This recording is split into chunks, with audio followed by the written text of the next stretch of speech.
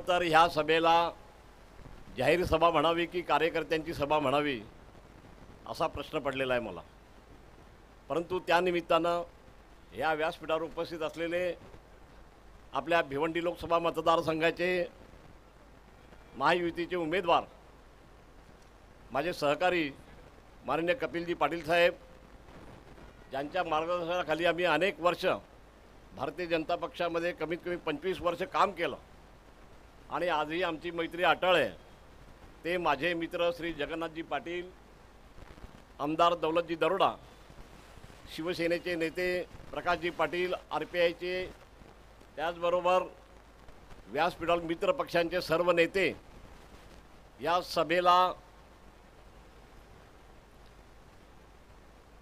Cover करण्यासाठी आलेली सर्व मीडिया, पत्रकार, व्यासपीठावरील सर्व मान्यवर, विविध राजकीय पक्षांचे कार्यकर्ते, उपस्थित बंधू भगिनींनो, मित्रांनो, 18व्या लोकसभेला आपण सामोरे जात आहोत। मगाशी मी सभा शांतपणे ऐकत होतो। माझ्यासाठी हे व्यासपीठ शहापूर नवीन नाही, माझ्या आयुष्यातली कदाचित 10वी लोकसभेची निवडणूक असू शकते। मला आणीबाणीचा कालखंड आठवतो, त्याला मार्क्सवादी कम्युनिस्ट पक्षाचे लहानू कोम हे उभे होते। मी 18 वर्षाचा होतो, पण त्यावेळेला पण मी सक्रिय होतो, त्यांचं काम मी सक्रियपणे केलेलं आहे।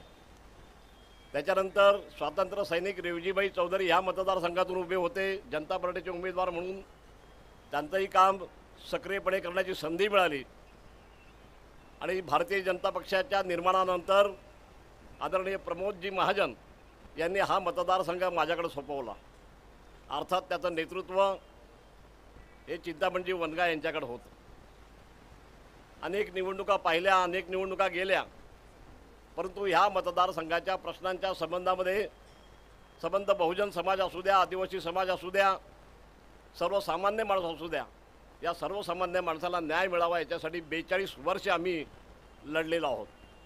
आणि ह्या 42 वर्षामध्ये आदिवासींचा स्थलांतराचा विषय असू द्या, आदिवासींचा फॉरेस्ट प्लॉटचा विषय असू द्या, या साऱ्या प्रश्नांवर रणकंदन आम्ही माजवलं। शेतकऱ्यांचा कर्जमुक्तीचा विषय असू द्या, त्यावर आंदोलन आम्ही केली। भारतीय जनता पक्षामध्ये असताना भारतीय जनता पक्षाला तळागाळामध्ये घेऊन जाण्याच्या दृष्टिकोनातून जे जे करता येईल ते आम्ही केलं। परंतु माझ्या एक गोष्ट लक्षात आली की ह्यापेक्षाही व्यापक काम आपल्याला करावं लागेल आणि त्यानंतर 2000 साली मी भारतीय जनता पक्षाचा राजीनामा दिला। प्रामाणिकपणे राजीनामा देऊन मी एक स्वतंत्र संघटना उभी केली की जी संघटना जातीच्या नावाखाली होती हे खरं आहे, परंतु कुणबी सेनेची व्याख्या मी त्यावेळेला व्यापक करून सांगितली। कुणबी हा शब्द शेतकऱ्यांचा घेतला आणि सेना म्हणजे बाराबलुतेदारांची घेतली। त्यामुळे मला सांगायला अभिमान वाटतो की आजपर्यंत माझ्या व्यासपीठावर महाराष्ट्राचे सर्व मुख्यमंत्री येऊन गेले। महाराष्ट्राचे मुख्यमंत्री सगळे आले अशातला भाग नाही, तर वेस्ट बेंगॉलचे चीफ मिनिस्टर बुद्धदेव भट्टाचार्य हे देखील माझ्याकडे आले। त्या 18 तास माझ्या निवासस्थानी होते, त्यावेळेला त्यांनी जाहीर सभा घेऊन माझ्या भूमिकेला पाठिंबा दिला होता। PB सावंतांसारखे विचारवंत आले, परंतु त्याच्यानंतर देखील मी जातीवादी अशा पद्धतीचा आरोप बरेच लोक मला करायला लागले। तब्बल 25 वर्ष मी चिंतामण वनगांचं प्रामाणिकपणे काम केलं। चिंतामण वनगाला संसदेमध्ये पाठवलं आणि त्यानंतर त्यांना मी म्हटलं की मी आता व्यापक कामासाठी बाहेर पडतोय। आज कुणबी सेना विदर्भापासून पश्चिम महाराष्ट्रापर्यंत, मराठवाड्यापासून आज खरं म्हणजे मी जालन्याला चाललो होतो। कदाचित ह्या सभेमध्ये आलो नसतो तर लोकांचा गैरसमज झाला असता, त्यामुळे मी जालन्याचा कार्यक्रम लांबवला आणि आज ह्या सभेमध्ये आलेला आहे। कपिल पाटील साहेबांना पाठिंबा देण्यासाठी आलो आहे। खरं म्हणजे जमीन, पाणी, रोजगार आणि विकासाच्या प्रश्नावर सातत्याने आम्ही लढाया केल्या। ज्यावेळेला कुणबी सेना निघाली त्यावेळेला आगरी सेनेच्या बरोबर आम्ही एकत्रित राहून राजाराम साळवींच्या बरोबर काम केलं। माझ्या सभेत पहिल्यांदा बोलायला कोणाला संधी दिली असेल तर त्या आदिवासीला संधी दिली, दलित समाजाला संधी दिली आणि आमची भूमिका ही जातीवादी नाही हे आम्ही सांगितलं। मात्र आज मला ह्या व्यासपीठावरून जाहीरपणाने विनंती करायचे, आदरणीय कपिल पाटील ह्या मतदारसंघाला एक लायक उमेदवार आहेत, याच्याबद्दल माझ्या मनामध्ये जराही शंका नाही। लोकाभिमुख उमेदवार आहेत। या मतदारसंघामध्ये आम्ही काही स्वप्न बघितली, त्या स्वप्नांमध्ये आम्हाला दिसत होतं शेतकरी कर्जबाजारी झालेला आहे, शेतकऱ्याच्या डोक्यावरचं कर्ज वाढत चाललेलं आहे. आम्हाला पिण्याच्या पाण्यापासून सिंचनाच्या व्यवस्थेपर्यंत सगळ्या प्रश्न समोर जावं लागत आहे. आणि अशा वेळेला ज्या पक्षासाठी आमच्या आयुष्यातली आम्ही 25 वर्ष दिली त्या पक्षात आज राज्य आलेलं आहे. आणि म्हणून मला काही लोभ नाही मिळाला, लोभ झाला नाही. मी भारतीय जनता पक्षात प्रवेश नाही केला. मी मित्रपक्ष म्हणून मदतीला आलोय, मित्रपक्ष म्हणून मदतीला आलोय. अनेक लोक कदाचित माझ्याबद्दल उठवतील पुन्हा कुणबी सेना बरखास्त केली की काय. मी आधीच सांगितलं होतं की सूर्यचंद्र असेपर्यंत मी कुणबी सेना ठेवणार आहे. कारण शेतकऱ्यांचे प्रश्न, आदिवासींचे प्रश्न, कष्टकऱ्यांचे प्रश्न हा माझ्या कार्याचा गाभा आहे. आणि त्या गाभ्यासाठी जर कोणीतरी काम करत असेल, एखादी राजवट जर सकारात्मक काम करत असेल तर त्या राजवटीच्या पाठीमागे शक्तिशाली पद्धतीने राहिलं पाहिजे, ही माझी भूमिका आहे. शहापूरकरांना मी जाहीरपणानं धन्यवाद देणार आहे. ज्या वेळेपासून कुणबी सेना स्थापन झाली त्यावेळेपासून या तालुक्याचा सभापती कुणबी सेनेला आपण दिलात. एका आदिवासी महिलेला सभापती होण्याचा मी मान दिला.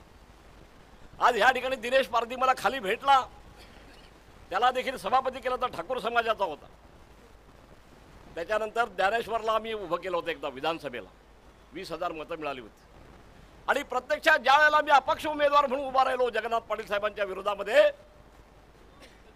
त्यावेळेला मला ह्या मतदारसंघात क्रमांक 1 ची मतं मिळाली होती. भिवंडी ग्रामीणमध्ये मला क्रमांक 1 ची मतं मिळाली होती. आणि कपिल पाटील साहेबांच्या विरोधात पण ज्यावेळेला 14ला मी निवडणूक लढलो त्यावेळेला देखील त्यांच्या बरोबरीची मतं मला मिळाली होती. शहापूरकरांनी माझ्यावर अमाप प्रेम केलेलं आहे. कारण मी ग्राउंडवर उतरून काम केलं नेहमी. मी नेहमीच हे म्हटलं की ज्या शहापूर तालुक्यांनी मुंबईला पोहोचण्याचं काम केलं, मुंबईच्या लगतच्या शहरांना पोहोचण्याचं काम केलं, त्या शहापुरातल्या महिलांना वणवण पाण्यासाठी भटकावं लागतं. हा सगळ्यात म्हणजे इन्सल्टिंग बाब होती.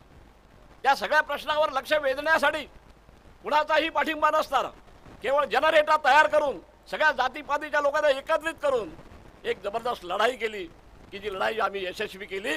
आणि आज एक इतिहास लिहून गेली. आज बहुजन समाजातल्या कमीत कमी 1,000 मुलांना नोकऱ्या मिळाल्या आणि 82 गावामध्ये पाणी मिळालं. याचा अर्थ आमचा कार्य संपला असा त्याचा अर्थ होत नाही. कपिल पाटील साहेब, आपण निवडून निश्चितपणाने येणार आहात, पण आमच्या काही अपेक्षा आहेत. मुंबई वाढते, मुंबईची लगतची शहरं रोज वाढतात, त्यांची तहान रोज वाढते. जसं प्लॅनिंग त्यांच्यासाठी होतं ते प्लॅनिंग त्यापेक्षा जबरदस्त प्लॅनिंग ग्रामीण क्षेत्रासाठी झालं पाहिजे. आणि ते होत नाही, हे आमचं दुःख आहे. इथली शेती कशी वाचवायची, इथला शेतकरी कसा वाचवायचा, हा आमच्यासमोर प्रश्न आहे. ज्यावेळेला समृद्धी मार्गासाठी जमीन घ्यायला सुरुवात झाली त्यावेळेला कोणीच पाठीशी उभं राहिला नव्हता शेतकऱ्यांच्या. त्यावेळेला फक्त आम्हीच उभे राहिलो. आणि मला जाहीरपणानं आज ह्या ठिकाणी गडकरी साहेबांना आणि फडणवीस साहेबांना धन्यवाद द्यावे लागतील की त्यांनी आमचा आक्रोश ऐकला. समोर 5-5 हजार पोलीस, रॅपिड ॲक्शन फोर्स असा फौजपणा असताना शेतकरी डगमगले नाही, शेतकरी विश्वासानं उभे राहिले. लोकांना आज लाखो रुपये मिळाले, कोट्यावधी रुपये मिळाले, पण जमीन विकून आलेले पैसे थांबत नसतात. जमीन विकताच कामा नये असं माझं म्हणणं आहे. आणि त्याच्यामुळे जमीन विकायला लागू नये असं मला वाटतं. आणि त्यासाठी माझा काही कार्यक्रम आहे. आज परत माझ्या व्यासपीठावर शरद पवार आले, माझ्या व्यासपीठावर उद्धव ठाकरे आले. उद्धव ठाकरे तर आधी असं जोरात बोलायचे की आम्ही एकच सेना मानतो, शिवसेना मानतो. मग कुणबी सेनेच्या व्यासपीठावर त्यांना यावंच लागलं. 9ची लोकसभा मी का लढलो याचा देखील मला खुलासा करावा लागेल. उद्धव ठाकरे माझ्या घरी आले होते आणि घरी येऊन मला असं त्यांनी सांगितलं की एका शेतकऱ्याच्या मुलाला या भिवंडी लोकसभातून आम्हाला निवडून पाठवायचं आहे, तुम्हाला बाळासाहेबांनी बोलवलेलं आहे. बाळासाहेबांचं आमंत्रण घेऊन माझ्या निवासस्थानी विक्रमगडला आले. लोकांना सांगितलं की विश्वास पाटलांच्या दारामध्ये फार झाडं आहेत ती बघायला आलोय. पण अंदरकी बात वेगळी होती. मला आतमध्ये घेऊन सांगितलं की तुम्हाला लोकसभेला उभं राहायचं. माझ्याकडून कार्यक्रमाच्या बघा कार्यक्रम करून घेतले, मुंबईला कार्यक्रम करून घेतले, रत्नागिरीमध्ये कार्यक्रम करून घेतले, रायगडमध्ये केले, ठाणे जिल्ह्यामध्ये केले. आणि असा आभास तयार केला की मला तिकीट दिलं. ज्या वेळेला फॉर्म भरण्याची वेळ आली त्यावेळेला सांगितलं की भारतीय जनता पक्षाला ही सीट गेलेली आहे. त्याला मी सांगितलं, उद्धवजी मी टाकलेलं पाऊल पाठीमागे घेत नाही, मी पुढे जाणार आणि मी अपक्ष लढवून दाखवणार. मात्र आता आदरणीय नितीनजी गडकरींचा ह्या ठिकाणी मी आदराने उल्लेख करतो. त्यांनी सांगितलं, विश्वासराव तुम्हाला अपक्ष उभं राहण्याची गरज राहणार नाही, भारतीय जनता पक्षाने तुम्हाला तिकीट दिलेलं आहे. परंतु मी त्यांना सांगितलं की उद्धवच्या मनामध्ये काहीतरी वेगळं दिसतंय. त्याच्या निवासस्थानी मी गेलो, त्यांना सांगितलं त्यांना फोन करा. काय सांगितलं असेल उद्धव ठाकरेंनी, विश्वनाथ पाटलांना जर तिकीट दिलं तर महाराष्ट्राची युती मी तोडेन. अरे काय माझा गुन्हा होता? शेतकऱ्यांसाठी कष्टकऱ्यांसाठी मी भांडलो, हा माझा गुन्हा होता. मुंबईचं आझाद मैदान भरलं, लाख शेतकरी जमवले, आमचा गाऱ्हाणा आम्ही बोललो, हा आमचा गुन्हा होता. आम्ही रेल्वे अडवले, आम्ही रस्ते अडवले, आम्ही शेतकऱ्यांची बाजू घेतली, हा आमचा गुन्हा होता. भारतीय जनता पक्ष मी सोडून गेल्यानंतर देखील भारतीय जनता पक्षाने माझ्याबद्दल प्रेम दाखवलं होतं. मागच्या निवडणुकीमध्ये मी कपिल पाटलांना ज्यावेळेला पाठिंबा दिला, मला एक जण असं म्हणाला का विश्वास पाटील तुमच्या जागी जर कोणी राहिला असता तर तरी मार खाल्ला असता. अरे विचारांची लढाई असते, एखाद्या व्यक्तीच्या विरोधामध्ये लढाई नसते. आणि एखादा माणूस जर वरती सरकत असेल तर त्याचे हातपाय खेचण्यासाठी वारंवार अपक्ष उभं राहणं हे वगैरे हे परवडत नाही. माझ्या आयुष्यामध्ये मी अनेक पराजय बघितले. ज्यावेळेला जी सत्ता यावी याच्यासाठी मी माझ्या आयुष्यातली 25 वर्ष दिली, ती सत्ता आल्यानंतर मी भारतीय जनता पक्ष सोडला होता. आणि भारतीय जनता पक्षाची राजवट 10 वर्ष आहे. मी कधीही भारतीय जनता पक्षाच्या कुठल्या नेत्याला भेटायला गेलो नाही की मला पक्षात घ्या म्हणून. माझी प्रामाणिक भूमिका मांडण्यासाठी मी ह्या ठिकाणी उभा आहे. टीकेचं काहूर उडवलं जातं, माझ्यावर भयंकर प्रेशर केला जातो, परंतु माझी बांधिलकी फक्त ही शेतकऱ्यांसाठी आणि कष्टकऱ्यांच्या बरोबर आहे. म्हणून जमीन, पाणी, रोजगार आणि विकासाच्या प्रश्नावर या केंद्र सरकारला मी काय अजेंडा दिलेला आहे. परवा माझी फडणवीस साहेबांच्यावर भेट झाली, आदरणीय कपिल पाटील साहेबांची माझी भेट घालून दिलेली आहे. आणि अजूनही एक व्यापक बैठक आमच्यामध्ये होणार आहे की ज्या व्यापक बैठकीमध्ये माझ्या स्वप्नातल्या काही गोष्टी आहेत की ज्या ह्या मतदारसंघासाठीच नाही तर अख्ख्या महाराष्ट्रासाठी आहेत. जातनिहाय जनगणना झाली पाहिजे, ओबीसीची जातनिहाय जनगणना, ती आग्रही भूमिका मी मांडणार आहे. त्याचबरोबर जाहीरपणानं फडणवीसांना मी धन्यवाद देणार आहे की ओबीसीच्या आरक्षणाचं खऱ्या अर्थाने संरक्षण करणारा तो एक नेता आहे. त्याला जातीवादी मत उतरवण्याचं काम काही लोकांनी करायला लावलेलं आहे. 35 सेक्शनचा मुद्दा आमच्या मतदारसंघामध्ये महत्त्वाचा आहे. एका रात्रीमध्ये टाकलेल्या नोंदी ह्या काढून टाकल्या पाहिजेत. आज पश्चिम महाराष्ट्राला सिंचनाचा निधी देताना 25,000 कोटी रुपये दिले जातात. सांगली, सातारा, कोल्हापूर आणि पुण्याची प्रगती का झाली?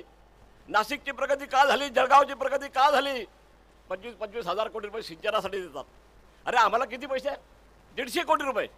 आणि 150 कोटी पण खर्च करायचे रे. त्यांना सांगायचा की वन खात्याच्या कायद्यामुळे तुमच्याकडे सिंचन व्यवस्था करता येत नाही, ही ढोंगशाही चालणार नाही याच्यापुढे.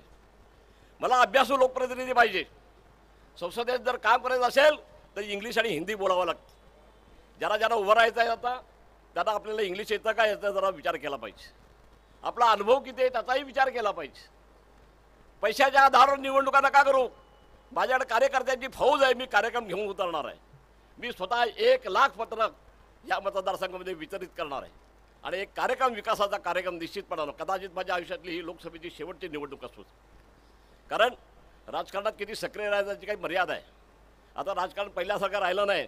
चांगली माणसं नाका मुरडायला लागली. आता त्याचंही आपल्याला आत्मपरीक्षण करावं लागेल. आणि म्हणून मी आपल्याला विनंती करणार आहे की आपण एवढ्या विराट सभेने ह्या ठिकाणी जमलेला आहात, शांतपणे आपण माझे विचार ऐकलेत आणि सहयोजकांनी म्हणून मला ह्या ठिकाणी जे बोलवलं त्याबद्दल मी मनापासूनचा धन्यवाद देतो. आणि 20 तारखेच्या निवडणुकीमध्ये आदरणीय कपिल पाटील साहेबांना आपण प्रचंड बहुमताने निवडून द्यावं अशा पद्धतीचं मी आवाहन करतो. धन्यवाद. जय हिंद, जय महाराष्ट्र.